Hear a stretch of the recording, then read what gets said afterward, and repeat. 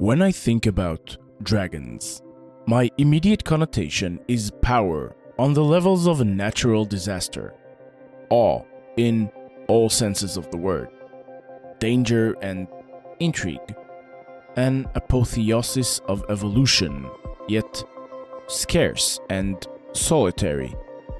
There's something about this creature that has pulled societies from all around the world to come up with stories and legends about them. And while the non-European ones were sort of crammed into the dragon container, there is a reason for that. I think it's the representation of something ineffable, distilled into a being to be worshipped, feared, or both. Very much like myself. Hey everyone, I'm Necromuncher, let's draw. This is another episode in the Glassburn Worldbuilding series, so if you're new to the Horde, you're more than welcome to watch the full playlist linked up in the card and down in the video description. Today I want to explore the Gonlins, the dragons of Glassburn, and their relationships with human and dwarven societies. As you can probably see in the title, I plan on doing this through the lens of a small, fanatic, nomadic tribe of humans who follow one very old male dragon, which they named Stillhill Pladva. We've already explored one dragon in this series, the town dragon of Shamsborough. However, back then I mostly looked at the town built around the dragon and the whole unique ecosystem there. Today, the focus is Pladva himself. Like he is for his clan, he will be to us a standard and a beacon, showing mostly typical behavior of all male Gonlins across the many years and events this one lived through. The precise age range for Gonlins is unknown, but it's measured in centuries.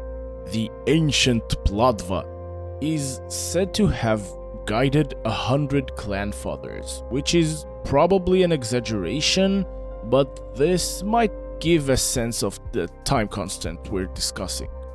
In order to explore this extensive time span, I thought it would be helpful to utilize the immortal power of stories.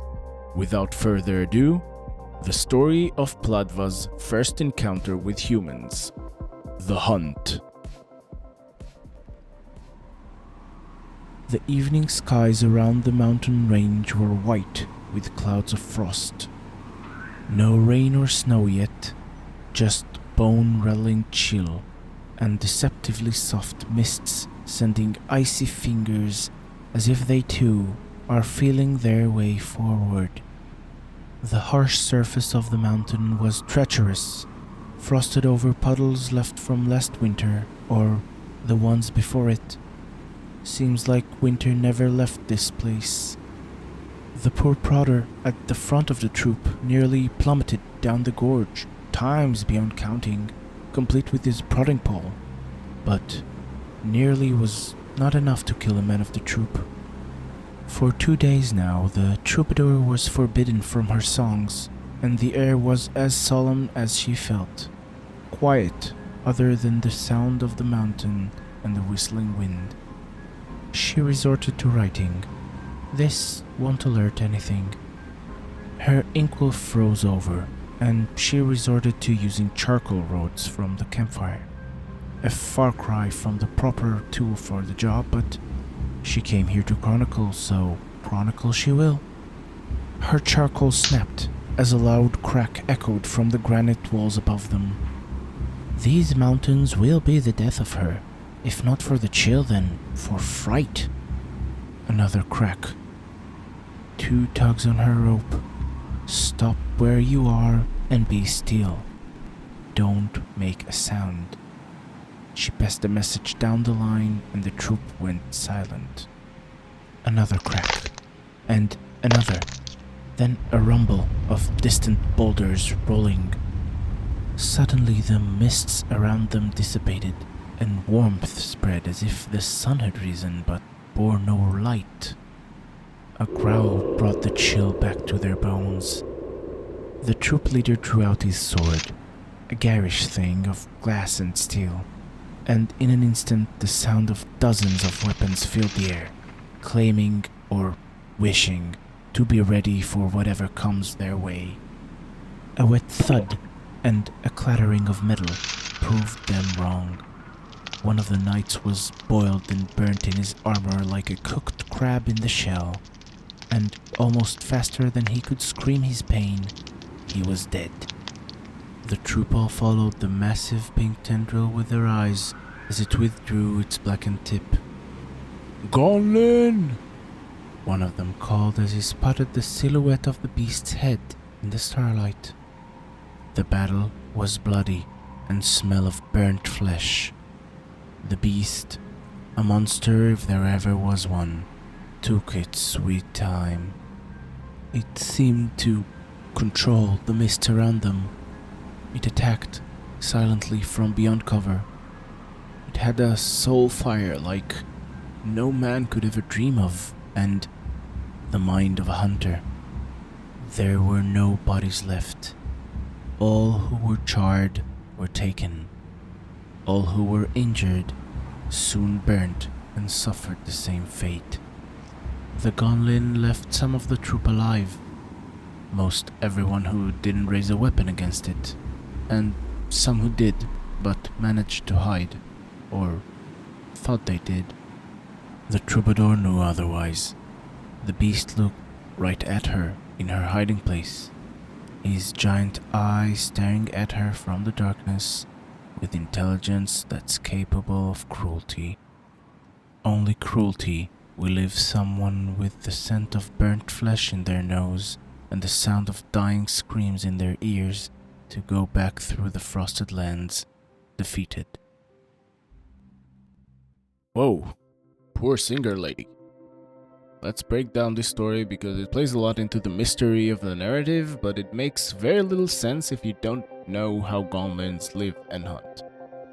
First, there was this sense of a cold and hard place. This is due to the fact that male Gonlins prefer setting their lairs in mountainous areas. Still Hill Pladva specifically chose to settle at the peak of a granite mountain next to a fjord, because he is dramatic like that. Also, he likes the taste of fish, as well as cattle, and that area has both. The troop in the story, led by a refractor knight, came to hunt down the beast in the mountain, because they too are dramatic like that. Also, Pladva kept eating the local village's livestock. So the troop climbed and Pladva watched them, unwilling to interact if not needed. The cold season is usually a bad time to hunt on land. All the food is thin and full of fur. Honestly, I get it. I wouldn't like fur in my soup either. As they climbed further, closer to his lair, he understood they were hunting for him. A ridiculous idea for this herd in mock shells to hunt him, but it was better to play on the safe side. The cracks and rumbling stones were the sounds of Pladva leaving his lair. Gonlins have a tendency to dig into the ground and be mostly covered except for their back. In combination with their metallic-looking reflecting scales, this has earned them the nickname Silver Mounds. Female Gonlins can stay half burrowed into the soft earth that way for weeks or months on end, and indeed there are several burrow towns who settle around them. Male Gonlins, instead, shatter boulders and stack large rocks around them, like a nest made of supersized gravel. Leaving his lair, Pladva was ready to fight to ward off those who would invade his territory and mimic his scales, as well as get himself a rare cold season furlough snack, if it's stupid enough to come here willingly. So he cranked up the heat with thermokinesis to disperse the mists and see his prey more clearly. Then he glided with graviturgy to a nearby ledge, Ilium crystals between his wing scales, and whipped the nearest invader with his tongue. Gonlin tongues are long, like an anteater's if it was the scale of a building. Its end is often blackened and is used to deliver intense bursts of heat to a prey, boiling their blood on contact. Instant night à flamber sounds delicious. Pladva did indeed take his sweet time killing off the troop knights. He knew the grounds well and knew they had nowhere to run unless he allowed it.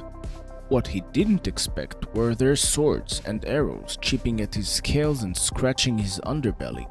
So caution held his claws.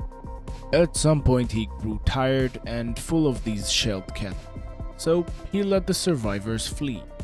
Let them reproduce and return in a few years with some more snacks. Naturally, the legend of the dragon in the mountains spread, and many expeditions let Pladva become very good at fending off humans and very full of their dead. So how did it come to be that some people started following him? This too we can explore through a story. So let's jump a little into the future to what humans called the Age of Exploration. And I suggest you bring a coat. Pouring rain pelted the deck of the explorer's narrow-nosed boat. Their hull was growing light, and the sea roiled like a panther's shoulder blades in preparation to strike. The storm, this challenge from the gods, was a good trial for the crew. Every man and woman who survives this will earn fortune and fortitude for their bloodlines if they survive this. For the sea raged that night, and the stars hid behind black iron clouds. Then, when their eyes saw only darkness, their ears heard only rain upon the water, and the smell of wet salt filled their nostrils. Then came light crashing from the sky, and on the ground, on the sweet solid earth, a bright reflection like a momentary sun sent from the heavens to show the sailors a way. The crew arrived at the gravelly shore, and immediately felt the chill of the storm fleeing their bones, while the rest of the crew set up camp under a stone outcropping. The proud navigator and 2 of her spearmen set out to search for their savior in the storm. As they grew near, the warmth that had saved them earlier and was guiding them now started to overpower them, yet they pressed forth. She had to meet the god for herself and learn the path so they could later bring him tributes. The noise of rain, which by that point reduced to a drizzle, was accompanied by a slow, heavy grind of stone on stone. Just a few handspans from the small expedition, a portion of the mountain breathed. Right there on the gravelly shore, in the dark before a cloudy dawn, the navigator and her spearmen sat and praised the sleeping god with songs of prayer. The sun finally rose, peeking behind grey clouds, and the navigator returned with one of her guards to the ship's crew.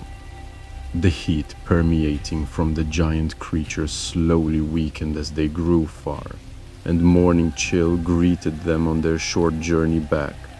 Upon arrival, the navigator almost burst with pride at her crew's sturdiness and could barely stop herself from telling of their experience. But with her spearman's advice, she resolved to let the sleeping god speak for himself. So, after their ritual landmorn meal, the ship's crew started carrying their gear and herding their livestock towards the Gonlin. In what was now a full morning, the sun having risen from amidst the mountain top, the people arrived to gaze upon a large hill of shining steel, only partially covered in large granite boulders, and accompanied by a very sleeping spearman. The scales of the dragon, 1,000 glimmering shields, protected the man from harm and let him rest. This was the hopeful sign, a good sign that the god for now is pleased with them. To keep the dragon's favor, the crew settled around the sleeping mound as close as they could on the rocky and uneven terrain, and set up the den of their precious livestock close to the Gonlin himself. For weeks, the new settlement carefully explored the area, foraging, hunting, and getting their land legs back, biding their time until one midday. The dragon awoke. At the time, most of the clan was not present in the new settlement. Only a handful of blessed people, 6 in count, had heard the rumble, felt the change in heat, and saw the mighty creature shift from its slumber. The dragon god, who the people have named Pladva, Midnight Sun, Steel Hill, the Wall of 1,000 Shields, the Sleeping Defender. He rose, considered the 6 witnesses around him, and promptly devoured half of the livestock in the den before rising to the air and into the mountain top. The witnesses were in awe. The fact all of them survived the waking of the god was a good omen. But now he was gone, and the large hole full of rubble matched the chill that came with him leaving. 3 of the witnesses ran to spread the news, and once the people had gathered, they have decided that the witnesses, blessed by the god in his rising, will forge a path to where the dragon went, bringing tribute in the form of a bull, a sword, and a fishing net, declaring their allegiance with all their being. For months the people brought tribute to Pladva, and the god was pleased. So when the local steel-armored warriors came to attack the new settlement, Steel Hill granted the people their boon and fought alongside them to defend against the assailers. With a god on their side, a mountain of steel and fire, the armor-clads were defeated, and thus began the clan of the dragon. Blood for the... Oops, wrong god. Let's also break this story down. There isn't a whole lot of new information about dragons or even Steel Hill Pladva himself that we didn't discuss in previous story. What is new is how he got his many names, and the fact that once the conditions were right, the social symbiosis could begin, even with an aggressive male Gonlin. So, if we strip the saga down, what really happened there? What were the right conditions? Pladva, already at this point, was not so young. Not old and frail by any means, but not in his prime, mostly due to a long period of easy hunting and not much exertion. So when a particularly strong storm hit his hunting grounds, Pladva couldn't fly, and he rested uncharacteristically on the gravelly shore, breaking off some boulders off the mountains and going to sleep until the storm passed. The clan from the story got lost in the storm, searching for new lands, and found refuge in the fjord, led by a flash on the shore reflecting the lightning. The clan came from a place where Gonlins are a sacred part of the mythology, and so when they landed, they offered whatever tribute they had to their savior, giving him the name Steel Hill Pladva. Pladva is an amalgamation of old words roughly translating to a hill of white iron, which is the old language name for steel. So, like our world's Gobi Desert, which means dryland desert, Pladva is called Steel Hill, Hill of Steel. His heat kept them from freezing in the nights, and they made sure to raid and pillage nearby villages to provide food for themselves and for Pladva. It took several weeks until Pladva awakened, and by that time he had received a large pile of tribute, a small herd of live cattle bound just for him. Most of the clan were out gathering food, cutting down lumber, or pillaging, where Pladva rose for the first time, and only a handful that were left behind to watch the camp and work saw him. Since then, the witnesses became an official role in their society, like a priest of the dragon. This also has some root in the old religion they brought from their homeland, but due to their mostly oral tradition, that connection is now lost to the ages.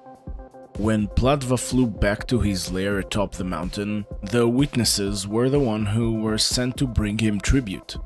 The fact that they all survived to return was a good omen, and there was a celebration that day. Sometime later came a small army of knights who wished to rid the area of this clan who kept pillaging, raiding, and stealing from the local villages. Pladva saw the armored-clad knights who pestered him over the years and promptly kicked their asses alongside the clan, thus forming a long-lasting protection for easy access food relationship. That's where the story ends, but in truth, one detail that didn't make the cut is, in my opinion, one of the more interesting ones. I've said, way back 10,000 years ago at the start of the video, that these are nomadic people, yet the story refers to them as a settlement. So what's up with that? Years after that first battle with the knights, when Pladva set his mind on migrating, he wanted to make sure this helpful group would stay by his side and provide food for him. So he grabbed one of the witnesses and flew off. It took the rest of the clan by surprise, but eventually, after some time searching, they and the kidnapped witness found each other at a wide plateau. Apparently, Pladva released the witness to go back to the settlement and lead them to where he was setting up his new lair. This happened once or twice every generation, somewhat aligning with the Gonlin mating cycle. Every time, some people chose to stay behind, while the majority always followed the Gonlin, as they trusted him to find good pastures and hunting grounds. That's it for today. I've been itching to make an episode about Stillhill Pladva since the one I made on Burrow Towns. In my opinion, he represents the slow, intelligent, ancient power of dragons in Adole as a whole and the complex relationship human societies can have with these creatures. These stories are only two of many that could have been told over the years that Pladva lived, and of the many stories that can be still told about other dragons' relationships with other communities of humans, dwarves and Skenti, which is my name for the Adole elves. I hope you all liked this old boy and the humans around him. Maybe someday I'll make a deep dive episode about the design of the clan's gear, their relationship and culture influence of them arriving at the new shores, and what came of their unique pseudo-nomadic life. Not to mention the culture they had before arriving at the northwestern shores of Saadiems.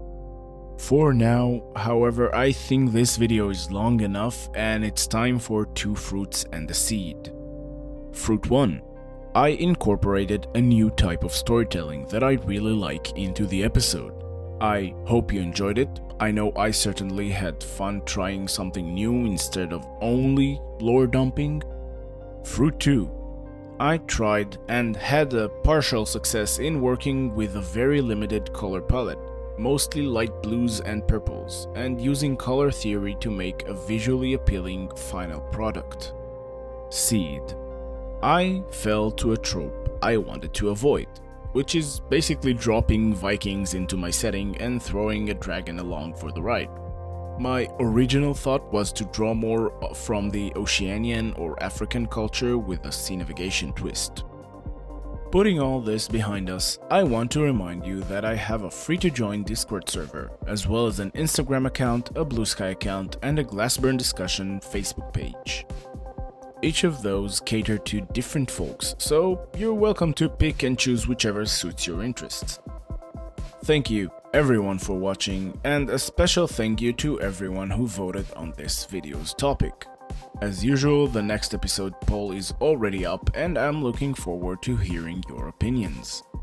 If you want to support the channel so I can continue developing this world and have the opportunity to improve, you can like, subscribe, and share this video to your friends or foes.